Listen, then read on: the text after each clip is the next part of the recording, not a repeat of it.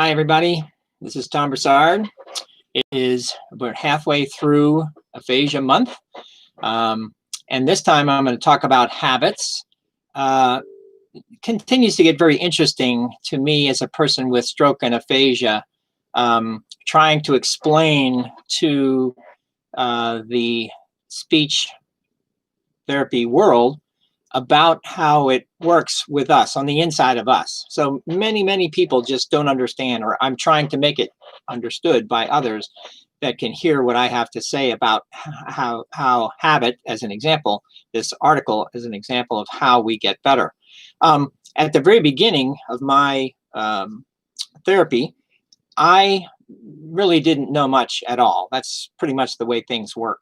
But after a couple of weeks, I started to feel enough energy, I guess, to ask my therapist, what was the plan? How was I going to get from here to wherever I was going to go? And the therapist told me in one way or another that the job of her job and mine was word finding and repetition. I wanted a plan, a long-term plan, and there wasn't time to do that. And that is one of the issues, is that is great, really helps you get started, triggers everything, but it is nothing at all but a sprint, 100-yard sprint. You are about to embark on a marathon of marathons. For the rest of your life, you'll be trying to figure this out and starting these habits that allow you to get better, but you have to start at the beginning. And although you start with a sprint, you run out of energy after a sprint. What you need, of course, is developing the long-term appreciation that at the end of that very short conventional therapy, at the end of that, now you have to start for the rest of your life to do everything that hopefully you were told that before, while you're still with your therapist. And that really is the beginning of my article, which says that speech therapists make a habit of making habits for people with aphasia. So from the beginning, when we first get started, don't say that for the next 15 hours, we're going to do these activities and still not know what I have to do the day after, when I am all by myself and I have to start on my own. So from day one, when you start working with me, as it were, on these activities, that's fine. But there has to be some amount of time there to say, okay, Tom, but we're at the end of 15 hours, now 14, then 13. By the time we get to the end, we have to have a plan, you and me. And because when you start at the end of the conventional, then you start the rest of your life of this marathon.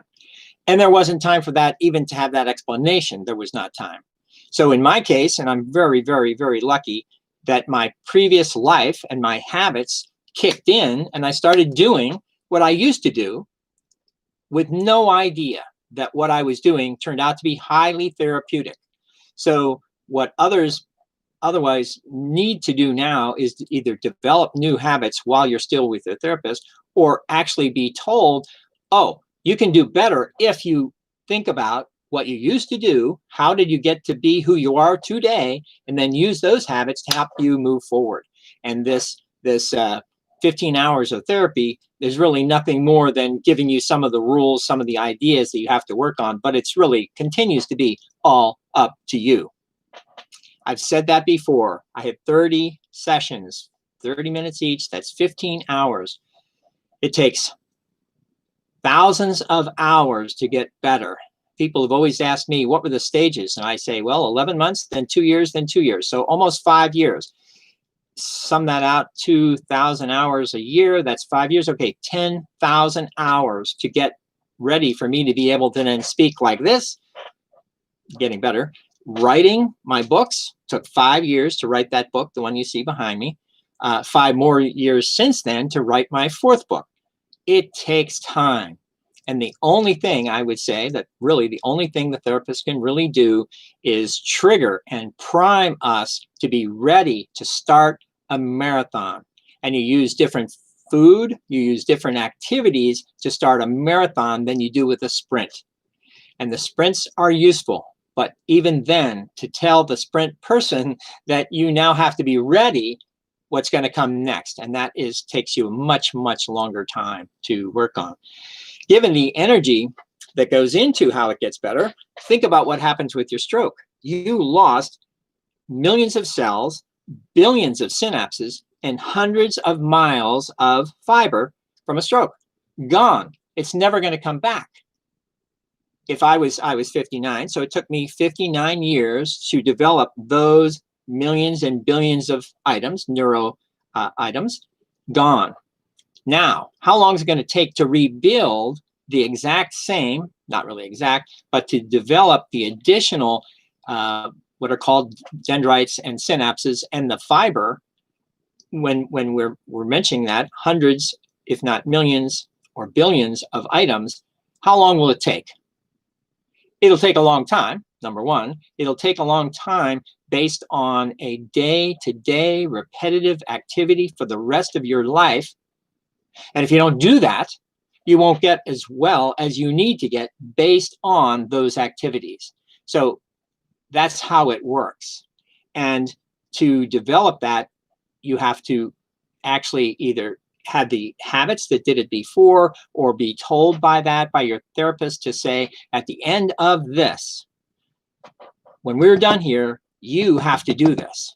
And I don't remember ever being told that that we didn't talk about that. We really didn't, because I got to the end of my 30, and I do remember that the therapist, who was wonderful, she said that she petitioned for a couple more hours because she thought that would make, we'd get better if I got a couple more hours. And I said, no, I don't want it. I'd already figured this out. There is no plan.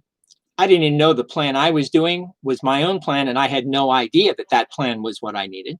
But I said, it is now up to me. And 1 or 2 more hours out of the hundreds, out of the thousands of hours still waiting for me to get better, at that point, at least I knew that it was time to get going. It was time to go forward. And the limited amount of time we get from insurance is a great way to get ready to go. But now I am trying to encourage people to change the way they start this track, not just with the activities, without any understanding of what this plan might mean for you in the future. If you're not ever told, and I was never told that, or if I was still damaged enough that I didn't remember it. I didn't have a piece of paper that said, here, take this. I have told you already the ABCs of aphasia. The ABCs of aphasia, that is a plan, because at least you have this at the end of your time. You can go home still ignorant like I was. It took me years to figure this out, but at least you have it with you, and you can look at the pictures, and you can start to understand words that you just still don't understand. So we need a physical plan when we get done. And part of all of that is making the habits that you need to take and leave when you are done with your therapy. And in my case, again, it was my habit. I kept a diary. I don't know why. I did keep track of things at work. I kept track of everything with my calendar, and I mean everything, as I say here, travel dates, vacation, appointments, weddings, speeches, sessions, OT, PT, cardiovascular sessions, doctor's appointments, 91 in 1 year in my calendar, 91. Even that allowed me to go, oh, it's a Monday, Tuesday, Wednesday, I have to do this. Thursday, Friday, I have to do this. This is the repetition component of all of this.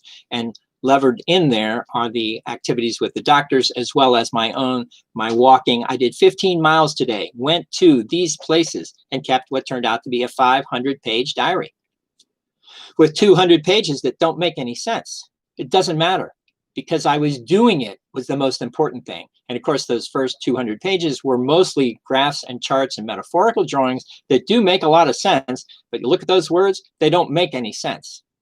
Again, doesn't matter. It is the activity themselves. I didn't know that. I didn't really know that these activities, that's why they call it experience-dependent neuroplasticity, the activities themselves induce plasticity. Plasticity converts thought and activities and cognitive activities into neuromatter.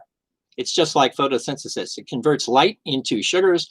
With the brain, it actually converts thought and cognitive activities into brain matter. So clearly I got better.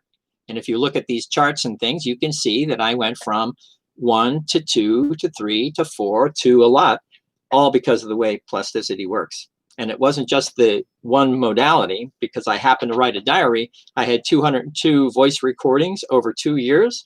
I wrote 350 notes, wiki notes to myself, and several hundred photographs, looking at the world around me. And when I couldn't even read some of those signs, I would bring it home and ask my wife to look at them, say, tell me what it says, because I needed the repetition. And I know that out on the street, people thought I was just a little bit crazy looking at signs and actually talking to myself, saying, so what do you think? I don't understand what that means. Yeah, it's a good thing to take pictures and take it home. Let them explain it to you. Even if I couldn't understand, it was the beginning of how all of that worked. Again, the interesting thing about all of that is that the SLP people prime us, but we have to basically, like a baton in a relay race, the SLPs prime us, give us the baton. We have to take it, use what they have now provided us for, priming us to do, using the habits we have, and start running, but no longer a sprint. It just doesn't work that way. Now we have to start out walking, walking, walking, and moving forward based on not just the activities themselves, although they were hugely important, but the actual repetition component, that what I don't do today, I'll do tomorrow. Don't get so bored or upset that you just aren't going to do anything anymore. That is the worst that you could possibly do. It has been said before that some people say, I'm not going to get any better until I get better. So back to the marathon, back to create the habits for people with aphasia, so that the day you are done with conventional therapy, you have already ignited the marathon activity and habits going forward. So in my particular case, and I'll read this here, the aim of SLPs is to create the environment such that it begins a long-term commitment of self-directed learning and personal therapy before conventional therapy ends. SLPs need to use these sessions to create a habit-making environment from day one. There is precious little time available to create a set of lifelong habits to provide the lift needed before running out of runway. That's what I mean by this article, and that's what I saw as a person who cannot read, write, or speak well, got better by, yes, the priming work that the SLP did, my habit that I had used before, didn't know they were therapeutic, but started doing them. Why? Because it's our habit, it's our body, it's the way our body works and our mind works. And I started doing it without knowing that it was highly therapeutic, as if it's a sort of a balance between, well, should I see the therapist or should I try to read a book or walk outside or take pictures or record myself and listen to what I was saying. Get when you can see what you hadn't seen before or hear what you hadn't heard before. So all of that becomes part of that recovery plan going forward. And I think that too is another part of the issue, is that there was no discussion of a recovery plan, not even a plan. You need to have a plan, even if you're doing it without knowing that it will make you better. So here's where the real hilarious thing is, that you can get better if you do these activities without yet knowing that what you're doing will make you get better. So use of which you have an interest anyway. You have your habits that brought to who you are. Your interest back then developed the habits that you now have. Yes, now you have the stroke. Going forward, you have to, at the very least, your body will let you start to use the habits you would use before. And at some point, you'll begin to understand that all those activities you had done before were those issues that allowed you to now get better going forward based on that activity, starting with your SLP, but realizing that you need this plan. It takes years to get better. People have asked, even me at the beginning, people, I know I didn't ask it terribly well, but I kept asking, when would I get better? How will I get better? And various people said months, years. I think our kids thought that I would get better in a couple of months. I probably thought I would get better in a couple of months, but it turned out that that wasn't going to be the case. It was 11 months to become aware of what it was that I thought that I was writing and found out it was bad. And then 2 more years to be able to speak well, and then 2 more years to be able to write well. The speech therapist, they need to make a habit of making habits for people with aphasia. That is how we get better. And that is the way that I think that the industry needs to adopt and change in the world of people with aphasia that have to change and alter the way the brain works. I am encouraging the therapy industry to adopt some of my thoughts, to move in that direction, and develop and adopt these activities so that we become more aware of our plan earlier, or at least start the activity, still not knowing you're unaware, but continue with the marathon, not yet even knowing that you have now embarked on a marathon. Because a marathon takes a long time, but you can go pretty darn slow. All right, guys, thank you very much. We got another couple of weeks of Aphasia Month, and I will see you online for sure and on Facebook. Take care of yourselves. And remember, this is the plan. Put it in the hands of everybody with stroke and aphasia and take it from there. At least they have it when they leave, other than a piece of paper that says, go to the next hospital, and you'll understand what aphasia is all about. You have to start somewhere. Start with this. Talk to you soon. Take care. Bye-bye. Okay.